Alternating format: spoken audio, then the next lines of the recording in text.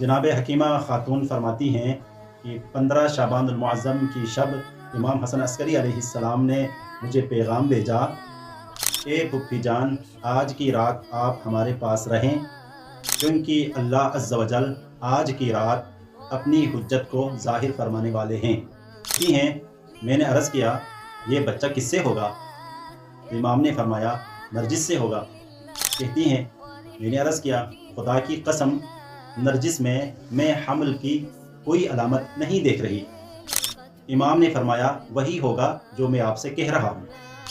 मुख्तसर ये कि रात के आखिरी पहर जब नरजिस खातून नमाज तहज्जुद अदा फरमा चुकी थीं कि अचानक नरजिस खातून पर दर्द ज़ह के अलामात ज़ाहिर हो गए। न शोर, न चीख पुकार, न गैर मामूली इज़्तिराब।